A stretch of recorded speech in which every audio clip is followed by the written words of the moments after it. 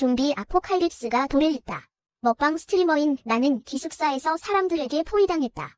비축해둔 물건들은 모두 약탈당했고 옛 동창들이 나를 기숙사 밖으로 밀어버리는 바람에 난 금세 좀비들의 먹이가 되어 죽고 말았다. 다시 한번 삶을 얻게 된 이번 생. 난 나만의 안전한 요새를 구축했다. 이번엔 팝콘이나 씹으면서 놈들이 서로 물어뜯는 꼴을 구경해주겠어. 사이다 복수극 기대되면 좋아요. 좀비에게 물어뜯기던 목덜미의 끔찍한 고통이 여전히 생생한데 눈을 딱 떠보니 내가 멀쩡한 몸으로 기숙사 침대에 누워있는 게 아닌가? 난 손을 들어 목을 만져보았다. 상처가 없었다. 하지만 꿈속에서 좀비에게 물렸던 그 자리가 여전히 욱신거리는 것만 같았다. 나 회귀한 건가? 벌떡 일어나 핸드폰 날짜를 확인하니 9월 7일. 역시나 좀비 사태가 터지기 한 달 전으로 돌아온 것이다. 자리에서 일어나 창밖을 내다보았다. 개강한 지 얼마 안 돼서 짐을 옮기며 기숙사로 들어오는 학생들이 꽤 많았다. 운동장에선 신입생들이 군사훈련을 받고 있었고 모든 게 너무나 평화롭고 일상적이었다. 하지만 나만이 알고 있다. 한 달 뒤면 이 평화는 산산조각 나고 셀 수 없이 많은 좀비들이 학교를 덮칠 거라는 걸. 이곳은 생지옥으로 변하게 될 것이다.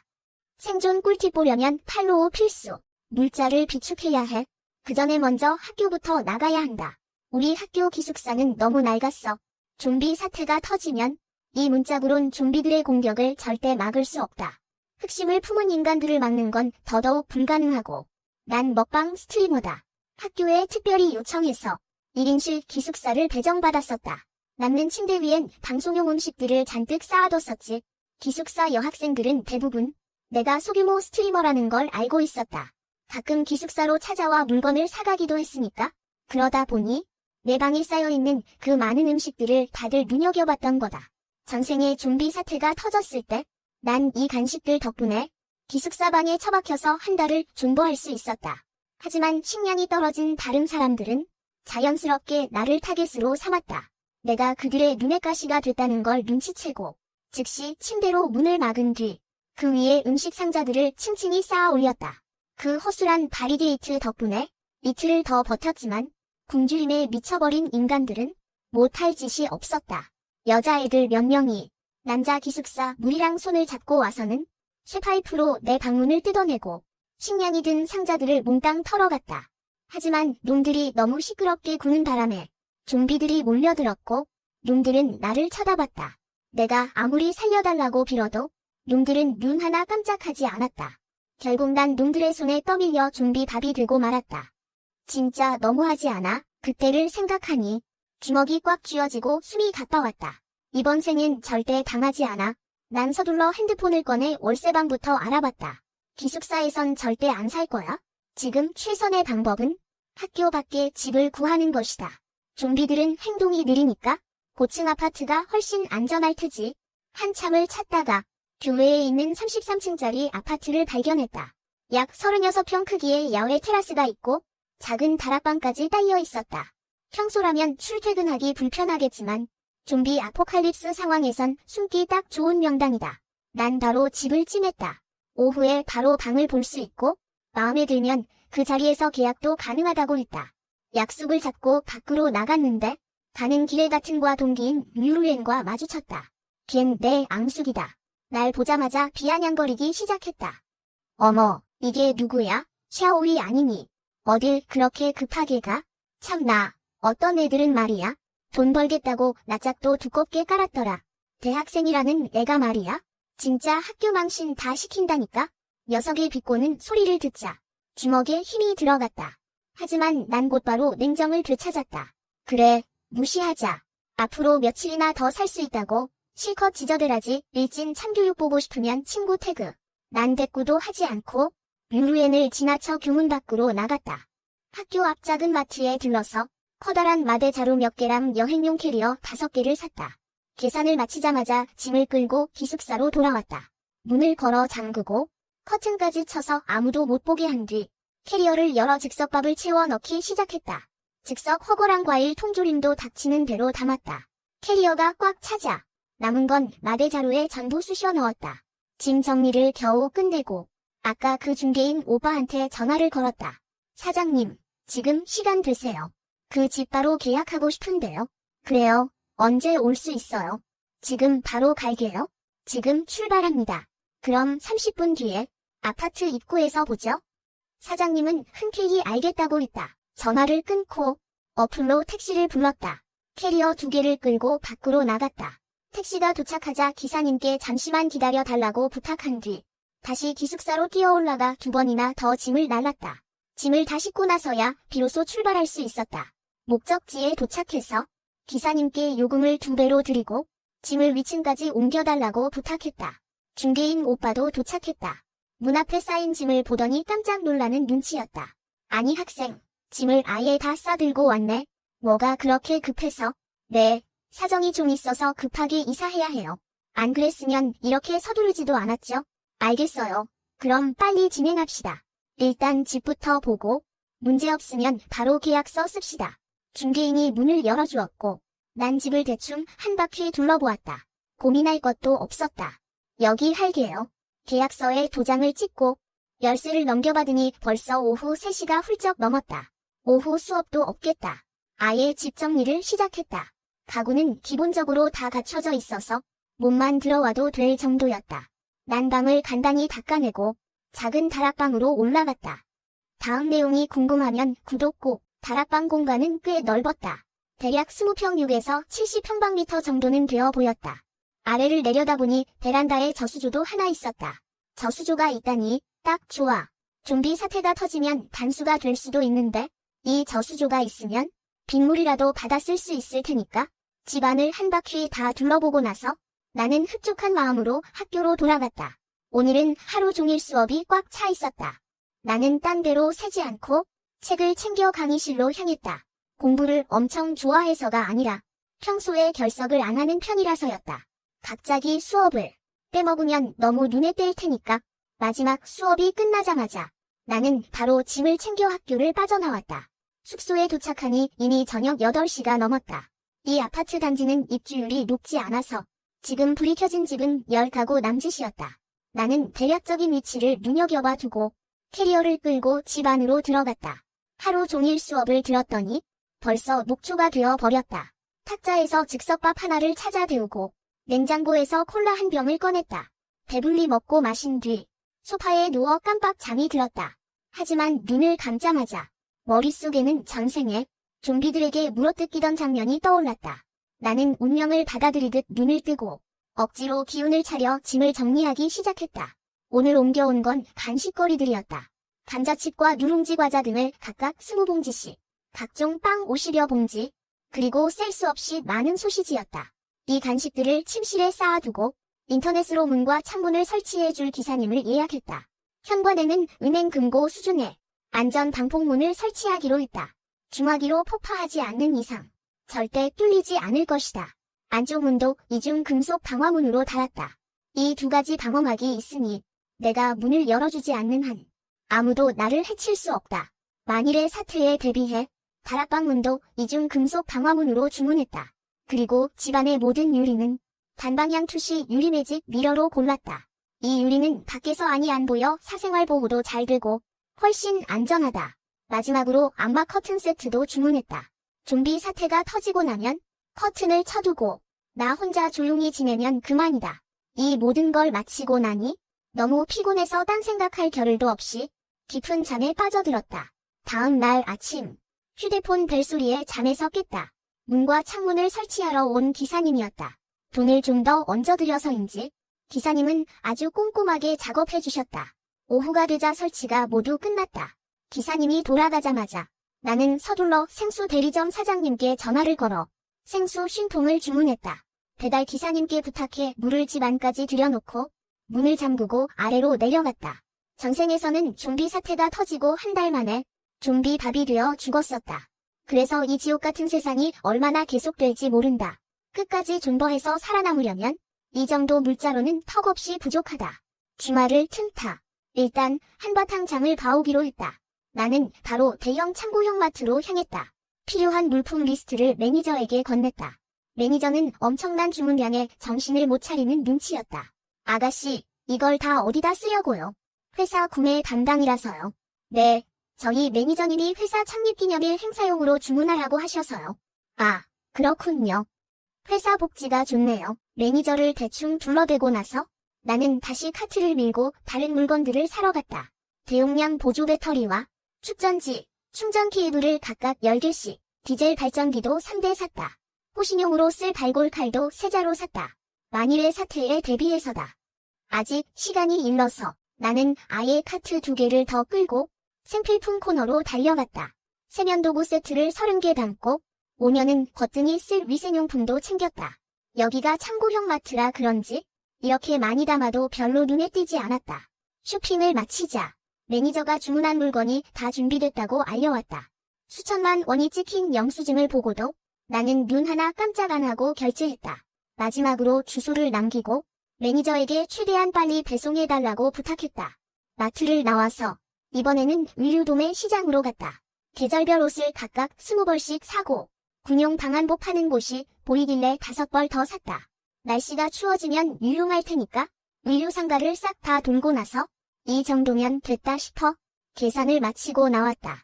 집으로 돌아오는 길에 문득 좀비 사태가 터지면 날씨가 이상기후로 변할 수도 있다는 생각이 들었다. 그래서 다시 마트로 가서 무소음 선풍기를 샀다. 이걸 쓰면 소리 때문에 들킬 일은 없을 것이다. 소음 얘기가 나오니 집방음 공사를 안 한 게 떠올랐다. 나는 급하게 업체를 찾아 예약을 잡았다. 장을 다 보고 집에 돌아오니 어느새 저녁 7시가 다 되어갔다. 찬물로 세수하며 정신을 차린 뒤 아래층으로 내려가 짐을 옮기기 시작했다. 보안 문제를 고려해서 배송 주소를 우리 집보다 몇 층 아래로 적어뒀었다. 미리 확인해 봤는데 아래 몇 개 층은 사람이 살지 않는 빈집이었다. 마트 매니저가 물건을 다 박스에 포장해줘서 겉으로 봐선 내용물이 뭔지 알 수 없었다. 산더미처럼 쌓인 박스들을 보며 깊게 심호흡을 한번 하고 집으로 나르기 시작했다. 다행히 방송할 때 물건을 자주 날라봐서 이 정도는 감당할 만했다. 꼬박 2시간이나 걸려서야 짐을 다 옮길 수 있었다. 나는 바닥에 대자로 뻗어버렸다. 이제 겨우 1차 쇼핑일 뿐인데 아직 사야 할 게 산더미다. 앞으로 몇 번은 더 이 고생을 해야 할 것 같다. 사태 발생 27일 전, 오늘은 일요일이다. 나는 외출하지 않고 배달만 시켰다. 아침을 먹고 어제 사온 물건들을 정리하기 시작했다. 어젯밤 주문한 선반도 도착했다. 포장을 뜯고 선반을 다락방으로 옮겼다. 그리고 물건들을 하나씩 차곡차곡 채워 넣었다.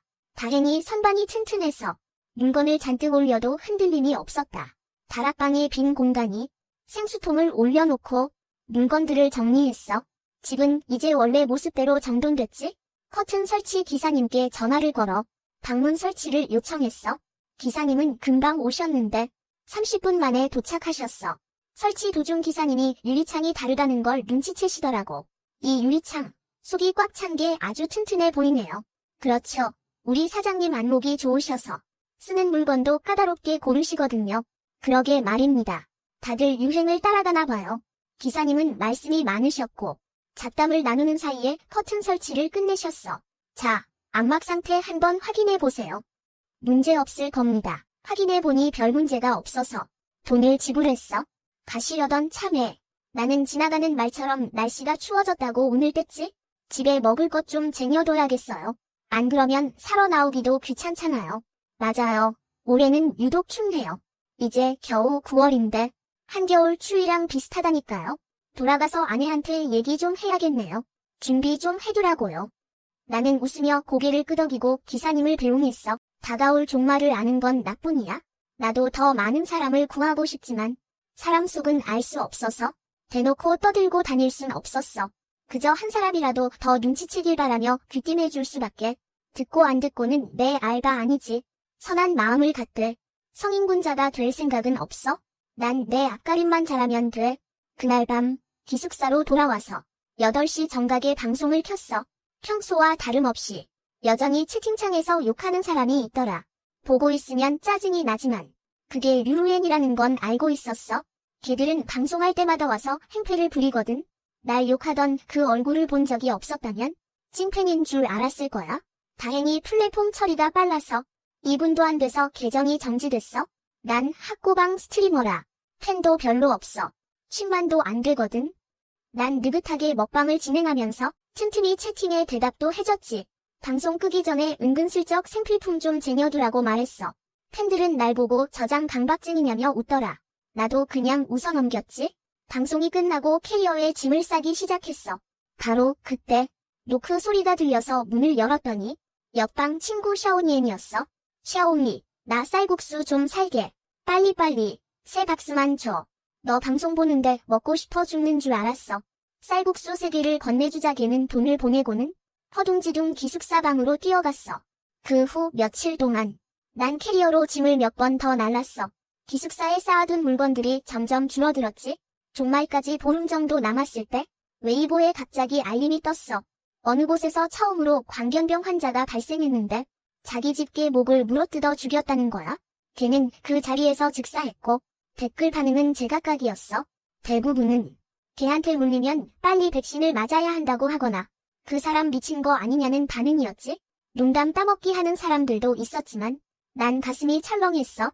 그건 광견병 발작이 아니야. 분명 좀비 바이러스에 감염된 거라고. 걔를 물어뜯는 그 행동, 좀비가 사람을 물어뜯을 때랑 똑같았어. 벌써 시작된 거였어. 마음속에서 경보음이 크게 울리는 것 같았지. 난 물자 비축에 박차를 가했어. 마트를 몇 번이나 더 왔다 갔다 하며 쌀, 국수, 통조림 같은 걸 사 모았지. 혼자 먹기엔 차고 넘칠 만큼. 마지막 며칠은 옥상에 태양광 발전 패널도 설치했어. 그것 말고도 각종 채소 씨앗이랑 배양토도 주문했지. 정말 일주일 전 기숙사 짐은 거의 다 옮겼어. 빈 상자들은 남겨둬서 원래 있던 자리에 그대로 뒀지. 마지막으로 쌀국수 한 상자가 남았는데 이건 가져갈 생각이 없었어. 상자를 들고 옆방으로 갔지.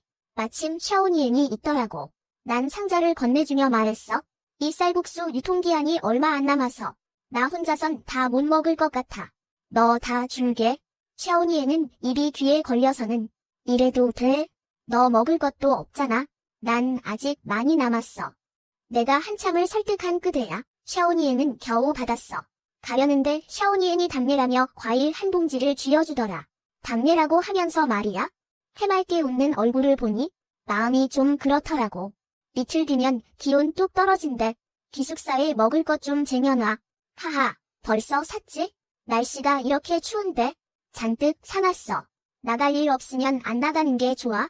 밖은 너무 춥잖아. 그럼 다행이고. 샤오니엔 방에서 나와 바로 기숙사 건물을 빠져나왔어. 그러다 문득 빠뜨린 게 생각났지. 바로 CCTV야. 새 집에는 진작 설치했지만 기숙사엔 아직 없었거든. 종말이 오면 룰루엔 패거리는 식량이 떨어지자마자 전생처럼 분명 날 노릴 거야. 하지만 이번 생엔 준비가 돼 있지. 정말 궁금해. 텅 빈 기숙사를 보면 걔들 표정이 어떨지. 난 바로 배터리 내장형 초소형 카메라를 주문했어. 크기도 작아서 눈에 잘 안 띄고 소리까지 녹음되니까 놈들을 감시하기엔 딱이지. 그날 오후에 카메라가 도착했어. 난 카메라를 핸드폰에 연결하고 적당한 곳에 설치했지. 정말 이틀 전 마침 주말이었어. 기숙사에 있던 생필품을 챙겨서 조용히 문을 잠그고 나왔지.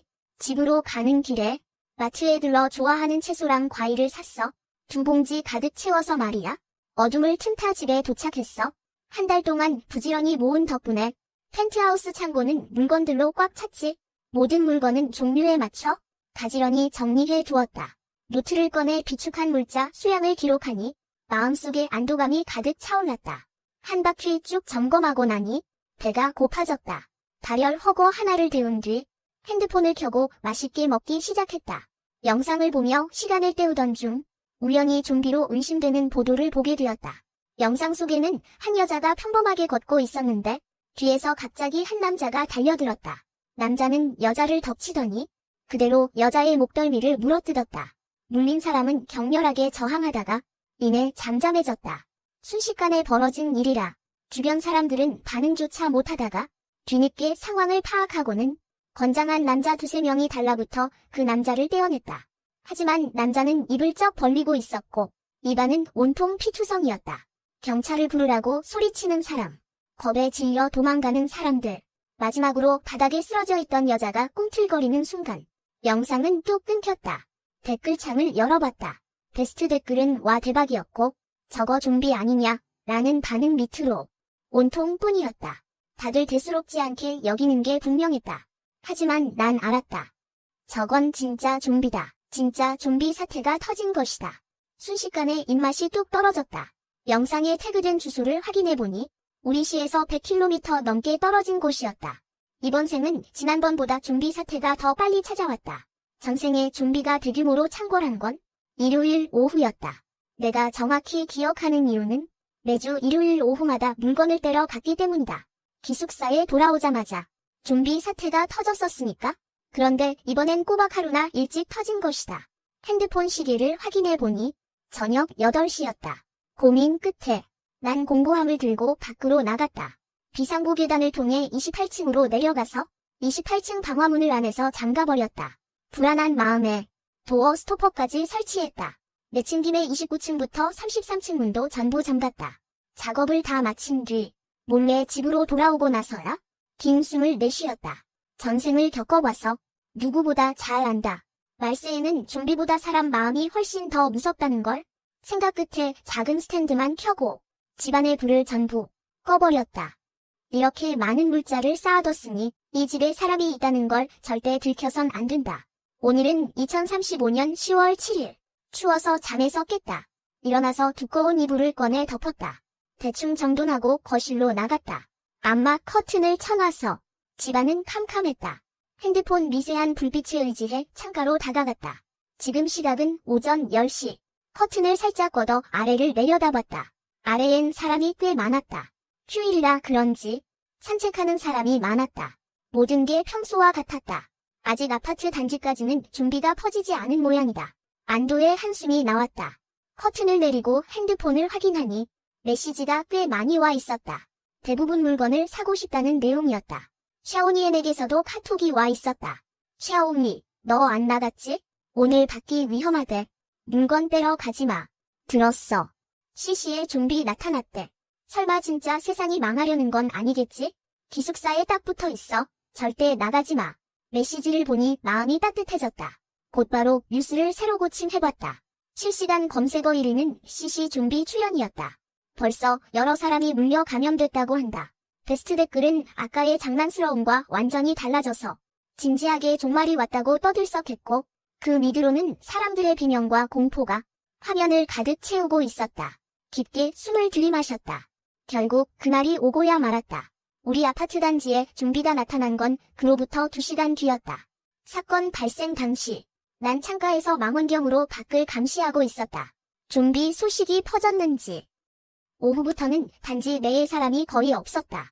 그런데 2시가 좀 넘어서 누군가 단지 밖으로 나가는 게 보였다. 그 사람은 헤드폰을 끼고 음악에 맞춰 고개를 까닥거리고 있었는데 핸드폰 뉴스를 못 본 게 분명했다. 그가 정문 쪽에 다다랐을 때 옷이 다 찢어진 남자가 맞은편에서 걸어왔다. 남자는 기괴한 자세로 몸을 비틀고 있었고 온몸에 피가 묻어 있었다. 감염된 지 얼마 안 된 것 같았다. 여자는 그 남자를 보고 놀랐는지 뒷걸음질 치며 피하려고 했다. 바로 그때 남자가 갑자기 튀어올라 여자를 덮치더니 그대로 물어뜯었다. 금세 여자의 움직임이 멈췄다. 남자는 만족한 듯 일어나 다시 기괴한 자세로 걸어갔다. 5분쯤 지났을까? 바닥에 있던 여자가 꿈틀거렸다. 그러더니 고개를 확 쳐들고는 뭔가 냄새를 맡은 것처럼 천천히 일어나 단지 밖으로 걸어 나갔다. 너무나 순식간이었다. 불과 10여 분 만에 감염이 완료된 것이다. 회귀한 나조차도 심장이 덜컥 내려앉는 광경이었다. 인터넷에 좀비 관련 얘기가 도배됐지만 모두가 뉴스를 보는 건 아니니까 정문 쪽 동에서 사람들이 계속 나왔지만 나오는 족족 배회하던 좀비들에게 물렸다. 30분도 안 돼서 벌써 8명이나 감염됐다. 처음에 물린 여자까지 합치면 단지 내에 최소 10명의 좀비가 생긴 셈이다. 적지 않은 숫자였다. 그때였다. 갑자기 핸드폰 벨소리가 울렸다. 깜짝 놀라 몸을 떨며 내려다보니 예전에 집을 구해준 중개인 형님이었다. 순간 경계심이 확 치솟았다. 이 시국에 나한테 전화를. 내가 집에 물건 쌓아둔 걸 알고 있나? 머릿속이 복잡해졌다. 망설이다가 결국 통화 버튼을 눌렀다. 수화기 너머로 아저씨의 다급한 목소리가 들려왔다. 아가씨, 지금 집이야? 뉴스 봤지? 아직 안 왔으면 절대 오지 마. 아파트 단지도 이제 위험해. 저 학교예요. 학교, 다행이다. 정말 다행이야. 그럼 학교에 꼼짝 말고 있어? 밖에 돌아다니지 말고. 몸 조심하고, 알았지? 그는 신신당부하더니 전화를 끊어버렸다. 나는 안도의 한숨을 내쉬며 소파에 털썩 주저앉았다. 그제야 아파트 단톡방에서 누군가 나를 태그한 걸 발견했다. 들어가 보니 인원 파악 중이었다. 사태가 급박하니 다들 외출하지 말라고 했다. 집에 있는 사람은 인원수를 보고하라고. 나중을 대비해서 말이다. 아저씨는 내가 답장이 없어서 걱정돼서 전화한 모양이다. 참 고마운 분이다. 하지만 그럴수록 더 조심해야 한다. 나는 잠시 생각하다가 지금부터 수돗물을 쓰지 않기로 했다. 밥을 먹거나 화장실을 갈 때도 미리 받아둔 물을 쓰기로 했다. 가스도 쓰지 말까? 살아남으려면 더 철저히 조심해야 한다. 사태 1일차. 나는 무사히 하루를 보냈다. 사태 3일차. 계속해서 문자랑 전화가 빗발쳤다. 다들 물건을 팔라고 연락한 사람들이었다. 나는 하나도 답장하지 않았다. 좀비들이 나타난 후 사람들은 슈퍼나 식당에 갈 엄두를 못 내니 나한테 살 생각을 한 거겠지? 전생에 좀비 사태가 터졌을 때도 처음엔 사람들이 물건을 팔라고 했었다. 내가 꿈쩍도 안 하자 그들은 눈이 뒤집혀서 채팅방에서 미친 듯이 욕을 퍼부었다. 그래도 문을 안 열어주자 매일같이 문을 두드려댔다. 매번 화를 내며 돌아갔지만 나는 침대로 문을 막고 물건들을 쌓아 입구를 봉쇄했었다. 하지만 결국 뮬루엔 일당이 문을 부수고 들어와 내 물건을 다 뺏어가고 나를 좀비 먹이로 던져버렸다. 그러니 이번 생엔 절대 봐주지 않을 거다. 평소엔 다들 착한 사람들이었을지 몰라도 생사가 걸린 순간이 오면 사람들은 살기 위해 무슨 짓이든 하게 된다. 아니나 다를까 사태 6일 차가 되자 애원하던 메시지들이 온갖 욕설로 바뀌었다. 그 꼴이 우스워서 그냥 싹 다 차단해버렸다. 안 보니 속이 다 시원했다. 10일 차가 되었다. 샤오니엔에게서 연락이 왔다. 샤오니, 기숙사 문 잘 잠그고 뭐라도 갖다 막아놔. 류루엔이 반 단톡방에서 선동하고 있어. 애들 데리고 내 방문 부수러 간대. 조심해. 내가 해줄 수 있는 건 이것뿐이야. 나는 반 단톡방을 열어봤다. 수십 명이 있는 방은 나를 성토하는 글로 도배되어 있었다. 샤오미, 당장 문 열어. 먹을 것 좀 나눠달라고. 다 같은 친구끼리 서로 돕고 살아야지. 맞아. 너 먹을 거 많잖아. 어차피 혼자 다 먹지도 못할 거 나눠 좀 줘라. 류루엔과 그 추종자들이 설쳐댔다. 평소엔 나만 보면 욕하더니 이제 와서 친구 타령이라니. 낯짝도 두껍지. 그 밑으로 다른 애들의 메시지도 보였다. 샤오미, 돈 줄게. 2배로 줄 테니까 좀 팔아주라. 나 505인데 라면 한 박스만. 100위안 줄게. 난 200위안. 물 좀 줘. 나는 스크롤을 계속 내렸다. 어제 온 메시지들이었다. 샤오미, 죽은 척하지 마. 너 기숙사에 있는 거 다 알아? 문 두드려도 대답도 없고. 진짜 독하다 너. 우리 굶어 죽는 꼴 보고 싶어. 샤오미, 물건만 팔아주면 시키는 거 다 할게. 뭐든지 한다고. 그럼 죽으라면 죽을 건가? 나는 계속 화면을 넘겼다. 가장 최근 메시지가 보였다. 너 아주 배가 불렀구나. 전화도 안 받고 톡도 씹고. 이러면 나도 어쩔 수 없어. 류루엔이 문을 부수자고 사람들을 부추기고 있었다. 문만 부수면 안에 있는 물건을 똑같이 나눠 갖자고 했다. 처음엔 아무도 동의하지 않더니 며칠 지나자 하나둘씩 동조하기 시작했다. 동조하는 사람들의 프로필을 보니 전생에 문을 부수던 그 인간들이었다. 다시 살아나도 너희는 여전히 개만도 못하구나. 못 고쳐 쓰는 법이지. 그렇다면 어디 한번 부숴봐. 뒤에 아주 좋은 게 기다리고 있을 테니. 그들이 문을 부수러 갈 때쯤 나는 기숙사 문 앞에 설치해 둔 CCTV 화면을 띄웠다. 컴퓨터로 연결해서 해바라기 씨를 까먹으며 느긋하게 지켜봤다. 오후가 되자 문 앞에 사람들이 모이기 시작했다. 자세히 보니 류루엔과 몇 명이었다. 그들은 손에 탁자 다리 같은 걸 들고 내 문을 쿵쿵 내리찍고 있었다. 문이 쾅쾅 울려댔지만 몇 분이 지나도록 문은 끄떡도 없었다. 류루엔이 욕하는 소리가 들렸다. 이 나쁜 년, 문을 뭐 이렇게 튼튼하게 해놨어? 이걸 언제 다 부수냐고. 류루엔, 기회 없는 거 아니야? 이렇게 두드리는데 반응도 없고? 아니야, 내가 봤어. 걔 전에도 물건 사러 안 나갔어. 분명 기숙사에 숨어 있을 거야. 겁쟁이 같은 년. 물건도 그렇게 많이 쌓아놓고 안에서 혼자 잘 먹고 잘 살고 있겠지. 류루엔이 나를 감시하고 있었구나. 짐 옮길 때 사람들 눈을 피해서 다행이다. 안 그랬으면 발목 잡힐 뻔했다. 내가 류루엔한테 뭘 잘못했길래 저렇게 앙심을 품었나 생각해보는데 영상 속에서 갑자기 비명소리가 들렸다. 좀비다. 좀비가 들어왔어. 도망쳐. 류루엔 일당은 뒤도 안 돌아보고 도망쳤다. 몇 분 뒤, 문 앞에 그림자 하나가 나타났다. 좀비는 내 문 앞 냄새를 킁킁 맡더니 문을 몇 번 툭툭 쳤다. 열리지 않자 몸을 돌려 다른 곳으로 가버렸다. 방 안에 둔 미끼 냄새가 새어나온 모양이다. 그 냄새가 좀비들을 미치게 만들도록 놔뒀다. 계획은 성공했다. 그 후 며칠 동안 류루엔은 다시 나타나지 않았다. CCTV에서는 가끔씩 들리는 괴성뿐이었다. 그러던 어느 날 또다시 익숙한 문을 부수는 소리가 들려왔다. 기숙사 건물의 좀비들은 누군가 밖으로 유인해낸 것 같았다. 화면 속에는 류루엔이 보였다. 그녀는 남학생 몇 명과 함께 내 기숙사 문 앞에 서 있었다.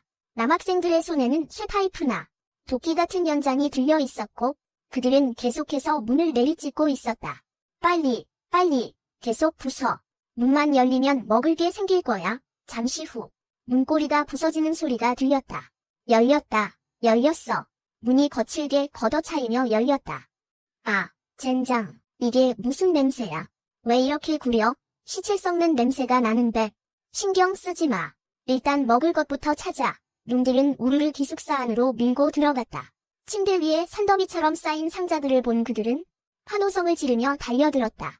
그리고 다음 순간 내가 바라던 비명소리가 들려왔다. 뭐야? 왜 비어있어?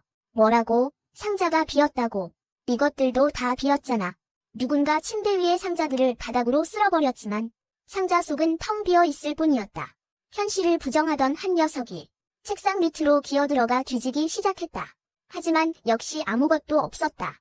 어떡하지? 먹을 게 하나도 없어. 망했어. 우린 이제 끝이야.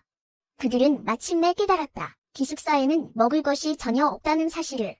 하지만 류루에는 믿지 않았다. 그녀는 성큼성큼 내 침대 앞으로 걸어가더니 이불을 확 걷어젖혔다.